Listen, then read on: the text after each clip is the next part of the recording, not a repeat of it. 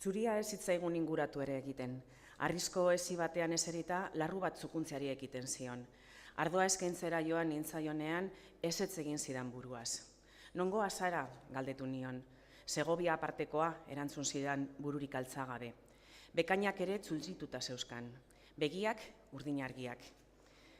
Zein izen duzu? Bergaldetu nion lagunkiro nirea esan eta gero. Gabriel atera zen bere ahotik.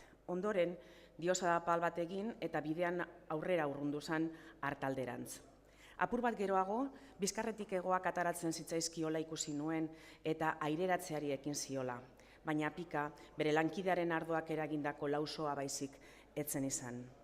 Vilamediana bezalako herri batean, 200 biztanlerekin eta biztanle gehienentzuenetan oso edadetuekin, kanpotik bizitzera etorri den ez ezaguna nubel bihurtzen da segituan. Ez daude ohituta inongo etorreretara. Aitzitik, azken 20 urteotan, iesa bezerik ez dute ikusi. Lur honetan bizitzea ezinezkoa da esanez aldegin dute famili osoek. Eta iritzi berekoak dira noski beraiek ere. Irtenbiderek ez zeukatelako gelditu dira gogoz bestera ez dauketenari baliorik ematen diotelako, baina hor non norbaitek beste modura pentsatzen bide duen ez ezagun horrek. Ez dirudi gaixo dagoenik eta eguraldi lehor baten bila dabilenik, ez da inork bidali duenik ere, batzutan Elizako figurak berritzera etortzen diren pertsonen moduan. Ez ezaguna bere gogo utzez etorri dela dirudi.